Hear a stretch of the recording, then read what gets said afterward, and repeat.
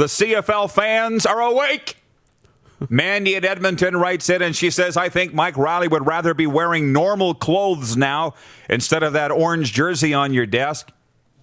Jeff, the Stamps fan, says the Lions should file a grievance against Reilly for his horrid play last year.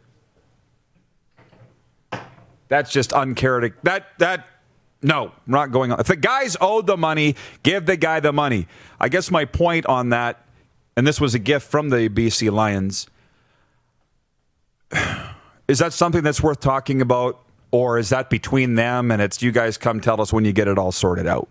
Because it's at 3downnation.com right now. Justin Dunk's been working on the story for weeks, and it's finally come out on this Monday morning, and it's kind of an ugly story.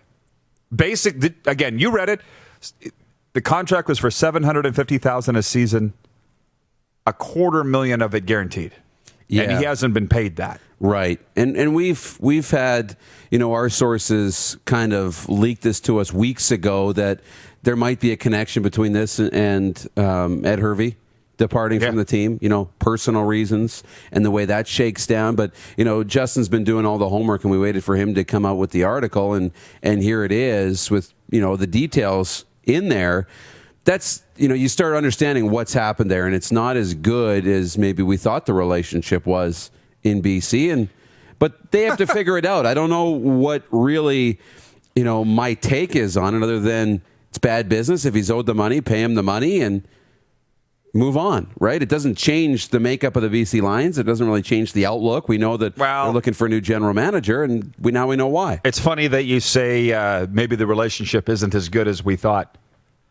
When you don't pay your employees, relationships tend to go south. There's your tip of the day. So, what you see isn't always what's going on, So all that talk with David Reilly passing, and, he left enough money in the coffers to operate the Lions for years.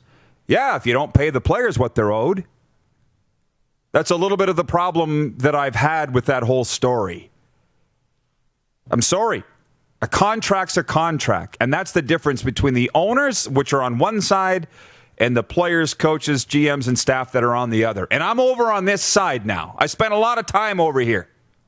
I'm now on this side of these guys. So that's why I just tiptoed very lightly around the David Reilly story, because I knew how things have been operated for several years with his teams. And it's not just his. And that's why this thing with Mike Reilly, he's taken down his Twitter. He's almost not associating himself with the BC Lions. It's very, very ugly. It's not a laughing matter. It's going to become a court matter if it hasn't already, a legal matter. And that's not good. You can make flippant jokes about how he played and stuff. A contract's a contract, and I'm always going to be on the side of the player. And they're not honoring it. It's gross. You're watching Rod Pedersen On Demand. For more of The Rod Pedersen Show, visit rodpedersen.com or follow Rod Pedersen on social media.